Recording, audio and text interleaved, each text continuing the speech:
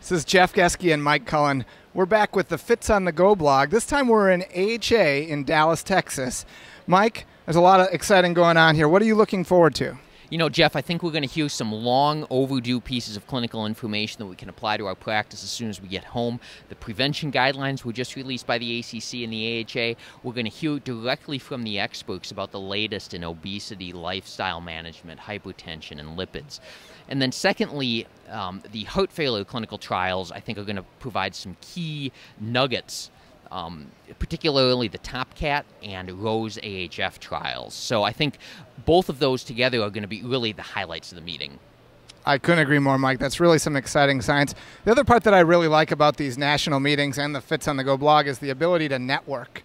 Just even as we were setting up the camera, we ran into some familiar faces. And I'm looking forward not only to seeing those faces more and running into other colleagues, but also in meeting some new people as we kind of get the word on the street.